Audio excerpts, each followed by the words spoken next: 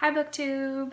Welcome back to my channel, T Reads. Today I'm going to be doing the Newbie Booktuber tag / Black Booktuber tag because I just want to talk a little bit more about my channel. But I do want to shout out Mariama because they are the one who made the Black Booktuber tag, which is awesome because it is very important to have these kind of spaces for Black people on YouTube because it is overwhelmingly white. So I just want to shout them out. I'm going to tag them below. Their channel is Black and Sapphic Reads, so thank you for making this tag, and I look forward to getting into it.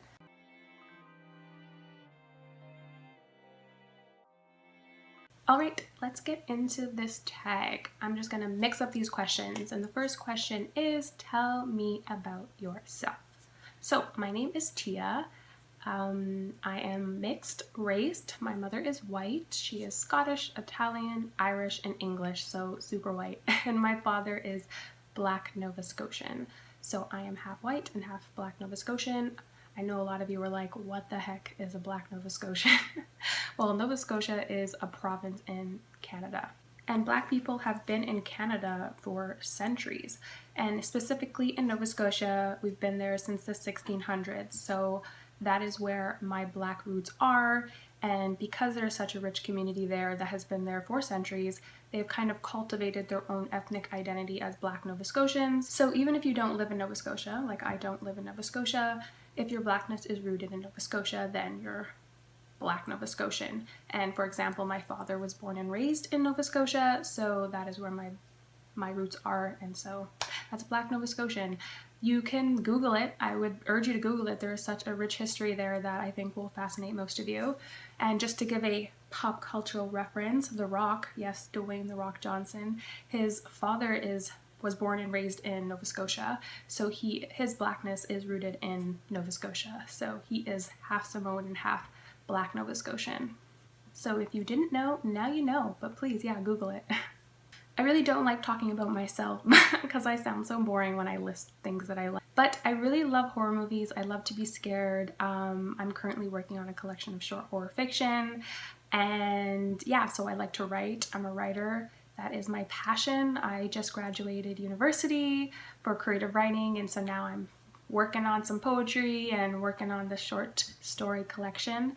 And I'm obviously an avid reader. That's why I started this channel. So I love to read books. My writing focuses on a bunch of different things, but things like mental health, because, you know, I have anxiety and that's something that I've suffered with since I was a child. So that's a big part of my life. So I like to write about mental health. I also like to write about Black experiences, you know, racial and social injustice, and also generational trauma. So yeah, I like storytelling in all its channels. TVs, reading, watching movies, in any way that you can tell a story, I like to watch it, I like to read it.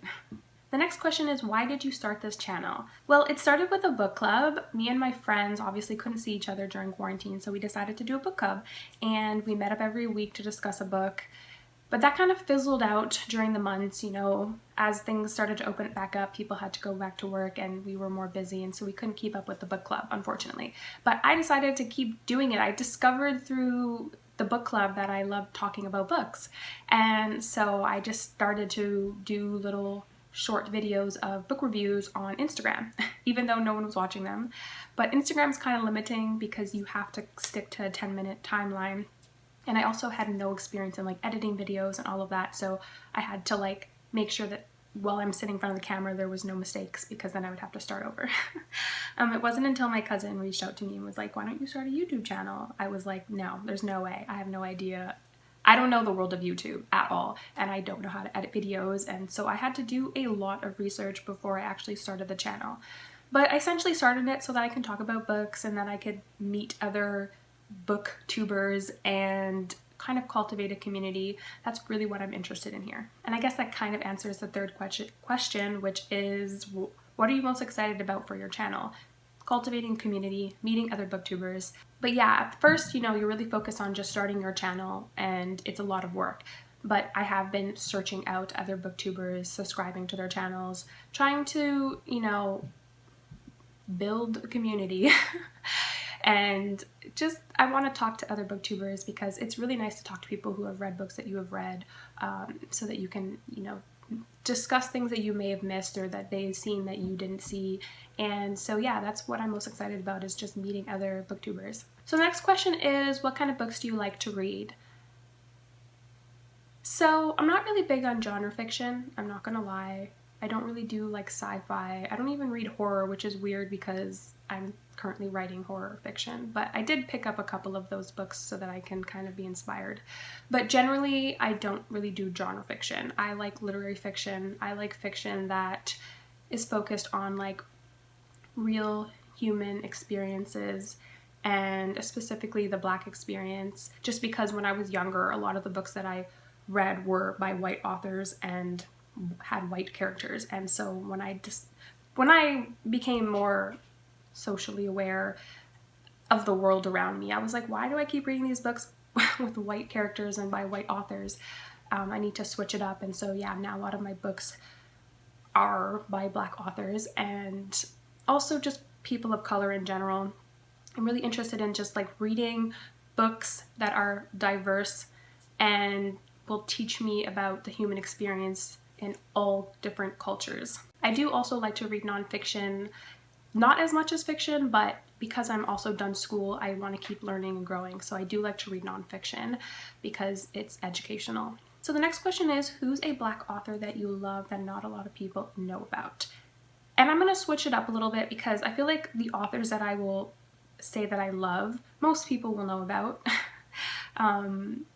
So I'm going to switch it up and just recommend two authors that I read recently that are Black women living in Canada, and I'm pretty sure not a lot of people have read their book. I mean, I'm sure a lot of people in Canada maybe, but I just want to shout them out. I feel like because there's so many American authors that are celebrated globally, I feel like Canadian authors don't get as much recognition, especially Black Canadian authors, and so that's why I want to focus a lot on Black Canadian authors in my video.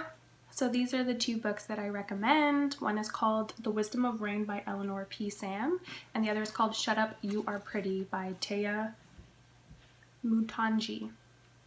This book is about a young 13-year-old Black girl named Mariama. She is basically at the age of 13 stolen into slavery, and it follows her life throughout the decades, from like being kidnapped, being on the ship, on the plantation, and then her fight for freedom, essentially. And so it starts at 1799 and takes you all the way to like 1816, and then it even goes further than that.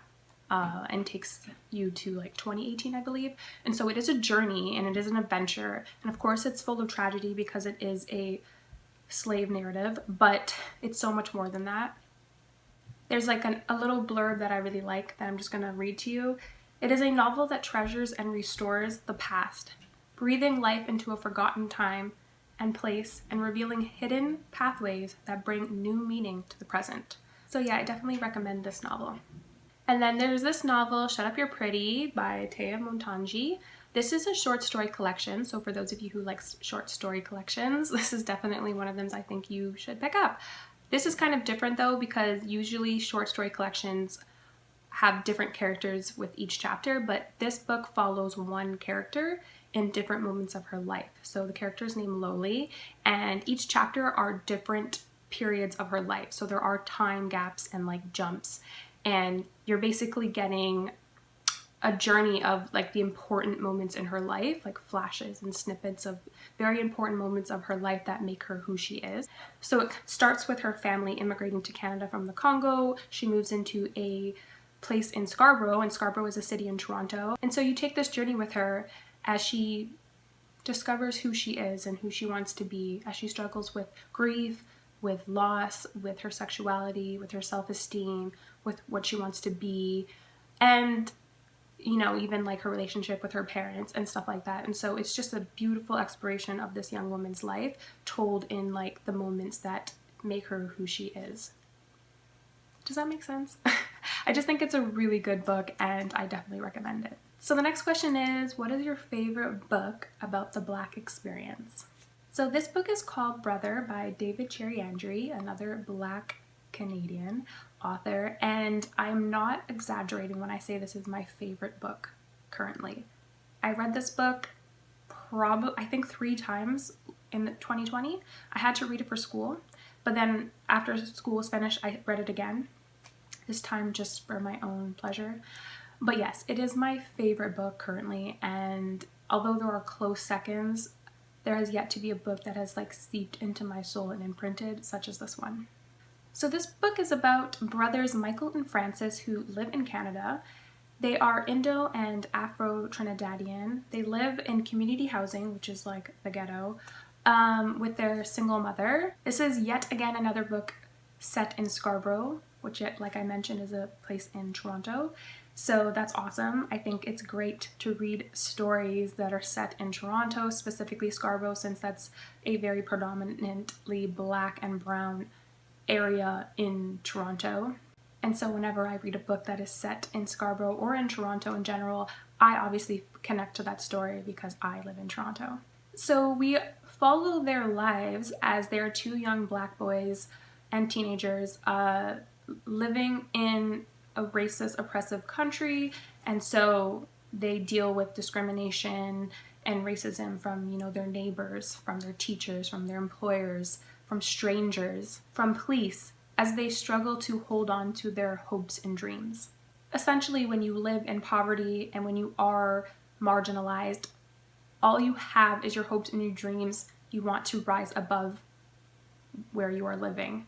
And it's interesting to see it through the eyes of these young Black men who are trying to hold on to that hope, but are constantly, you know, targeted by everyone around them. So it's really a story about how hard it is to hold on to hope when you are living in an oppressive environment. This is a story about racism, poverty, family, grief, community, and hope. You know, what does community mean? And what does family mean? What does it look like? And I don't want to get too much into it because I will be giving spoilers away, but I just think it's a beautiful, beautiful story. I cried so many times reading this novel because I connected to it so much. You know, I grew up in these kinds of communities. I have an older brother and a younger brother. I just felt like I knew these brothers because I lived in these communities and I was surrounded by young boys like them. And so I just connected to the story, and it definitely emotionally affected me. I know their pain, I know their struggle, and it's just a novel that everyone should read. I can't praise it enough, and maybe I'm over-exaggerating, but no, I'm not. I'm not over-exaggerating. This is a great book, and I think everyone should read it. So the next question is favorite book by Black author, which I clearly already answered because that was my favorite book by a Black author. But because I said I did have a close second, or close seconds, I'm going to do this book instead. Although this is like a close second, but still, it's such a fantastic novel, I have to recommend it. It is called Half-Blood Blues by Essie, Eduan, another Black Canadian novelist. This book is about jazz culture, and jazz culture during World War II, set in different places all over the world, but specifically Berlin and Paris, and it's just so good. So it is about a diverse group of jazz musicians. You know, there's like a Bulgarian guy, there's a Jewish guy, there's 2 African American men who are the 2 men that we essentially follow throughout the story. And then there's a Black and German character, which is very interesting because to be Black and German during World War II was just as bad as being Jewish, which is something I didn't really know about. And yeah, so it's a very mixed and diverse group of jazz players who are just trying to play jazz and make music during World War II. This is a book that does take you all over the world and is set in the past and the present, and there are 2 different journeys going on in both those timelines. So you're also in, I believe, Chicago, or no, is it Baltimore? I think Baltimore, Berlin, Poland, Paris. So yes, you are being taken on multiple journeys, and also there is a journey with one of the characters, and specifically his name is Sid, who's on his own journey of like redemption. And so yes, there's just a lot in this book. Also, the writing itself is just so delicious. It's poetic, it's lyrical, and it's musical, which fits the theme of the jazz music. So I just really, really, really recommend this book. It is a wonderful story. It's one of those books that I just want to become a movie or a series because the storytelling is that good. So the next question is, recommend a book with a Black person on the cover. So I obviously have a bunch of books with Black people on the cover, but I specifically chose this one, which I hope you can see. I see that it's kind of glaring from the light. Also, if you notice that the lighting of these videos keep changing, it's because when I put the book up, it reflects the light and then it gets like darker, and then when I put it down, it's bright again. I gotta figure out how to deal with that. I'm not an expert in making videos. Anyways, so this book is an older novel. It was published in 1967. I had to read it for class, but I absolutely loved it. It is called The Meeting Point by Austen Clarke. Austen Clarke is a notable Canadian author. He is from Barbados, but he is a very well-known and respected Black Canadian author. What I really like about this book is how educational it is, and it is historical fiction. And so it's set in Canada. It's set yet again in Toronto. It is during 1950s, which is such an important time in Canada because this is when migration from Caribbean countries was very high in numbers. But Canada is not as welcoming as everyone thinks, and they had some super racist immigration policies, and so they didn't really want to have anybody from the Caribbean coming over to Canada, and so they made it very hard for Black people to get into Canada. But one of the ways that specifically Caribbean Black women came to Canada was through something called the Canadian Domestic Scheme, which basically they applied and to come and work as domestics in this country. So that's whose lives we are following. The main character is Bernice. She is working as domestic for a rich Jewish family, and she also has other Caribbean friends who are doing the same thing.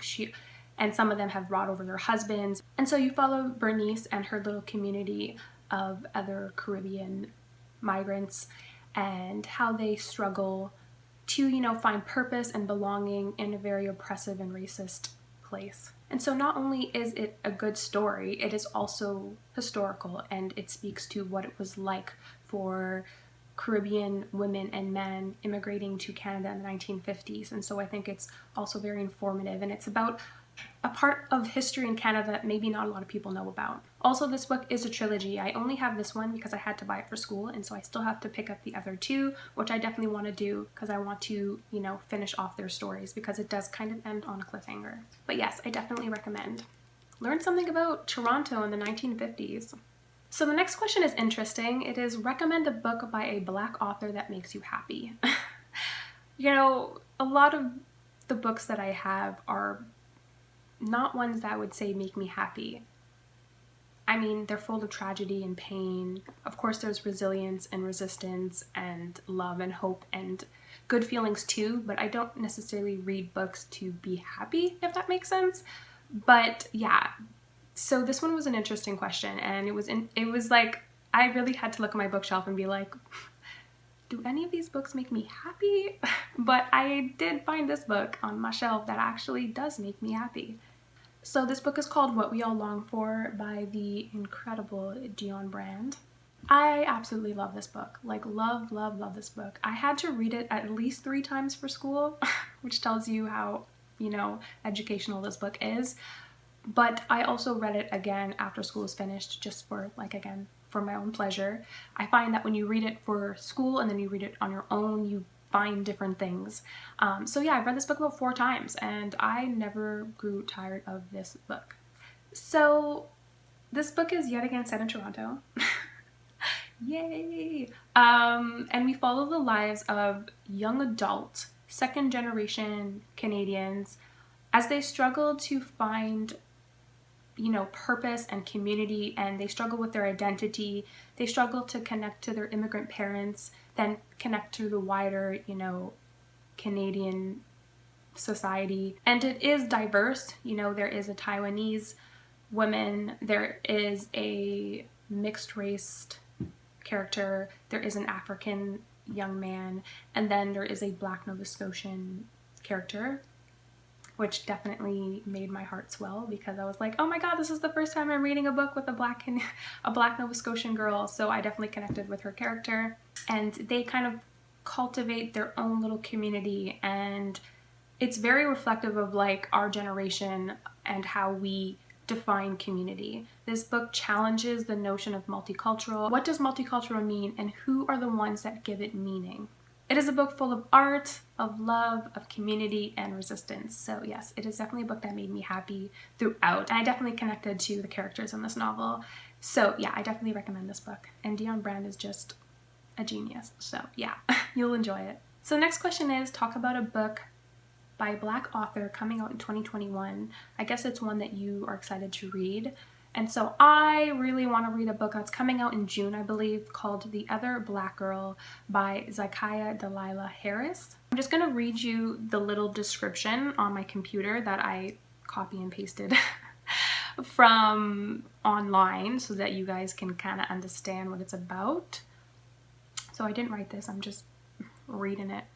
26-year-old editorial assistant Nella Rogers is tired of being the only Black employee at Wagner Books. Fed up with the isolation and microaggressions, she's thrilled when Harlem-born and bred Hazel starts working in the cubicle beside hers. They've only just started comparing natural hair care regimes, though when a string of uncomfortable events elevates Hazel to the office darling, and Nella is left in the dust. Then the notes begin to appear on Nella's desk. Leave Wagner now. It's hard to believe Hazel's behind these hostile messages, but as Nella starts to spiral and obsess over the sinister forces at play, she soon realizes that there's a lot more at stake than just her career. So for me, yes, that sounds like a thriller, which is great because I want to dig into the mystery, but there's also a lot about racism and being Black in white spaces and then also having only 2 Black women in this overwhelmingly white space and what that does to their relationship and their dynamic. So yeah, that's a book that I'm really interested. It's coming out in June. I still gotta pre-order it, but yeah, that's one that I think is gonna be really good. And the last one is Tag Some Black Booktubers. I have to admit that I'm new to Booktube and I'm new to YouTube in general. So I started my channel, I was really just focused on like my channel, because it's a lot of work. And so I didn't spend a lot of time watching a lot of Booktube channels. But I did recently start to search them out because, you know, how else do you cultivate community, right? Gotta search them out, subscribe to their channel, you know? So 2 channels that I'm going to recommend that I've actually really been enjoying. One is To Be Black and Loved. He gives thorough, intuitive, and in-depth book reviews. I really enjoy his videos. And then the other one is What Ambria Reads. She gives honest and candid, really funny and insightful book reviews. So those are 2 channels that I've been really enjoying right now, and I think you will too. So that's that. I don't know if you really got to know me that well because I don't like talking about myself, but I hope that you did find some books that you are interested in, specifically the ones that I said were my favorite, Brother and Half-Blood Blues, but all of them are really good, so check them out. I will link them below. I think I'll link their Goodreads page just so you can kind of read reviews or whatever. And I'll also link the 2 channels I recommended below. All right, that is it for today. Until next time, bye guys.